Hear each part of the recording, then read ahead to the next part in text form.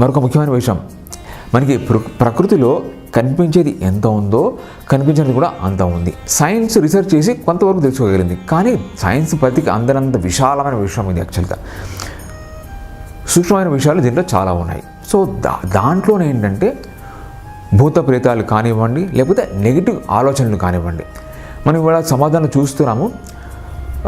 ప్రపంచంలో మొత్తం రకరకాల ఘోరాలు జరుగుతున్నాయి. తీవ్రమైన హింస, తీవ్రమైన అత్యాచారాలు, తీవ్రమైన వైషమ్యాలు, కుళ్ళు కుతంత్రాలు, ఇవన్నీ మనం చూస్తున్నాం. ఇవన్నీ నిత్యం జరుగుతున్నాయి. యాక్చువల్గా మన ఊహ కూడా అందనటువంటి విషాదాలు జరుగుతున్నాయి, ఘోరాలు జరుగుతున్నాయి.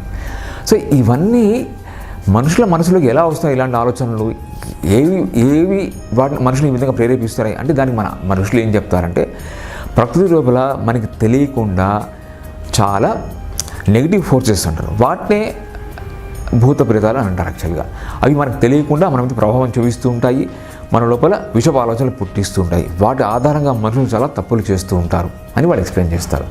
ఈ ప్రార్థనలు ఏం చేస్తాయంటే, మనకి ఈ భూత ప్రేతాల నుంచి ఒక ప్రొటెక్షన్ కవర్ ఏర్పాటు చేస్తాయి, వాటి ప్రభావం మన మీద లేకుండా చేస్తాయి అని చెప్తారు. కాబట్టి ఆ విధంగా కూడా మనకి ప్రార్థనలు చాలా ఇంపార్టెంట్ అనమాట.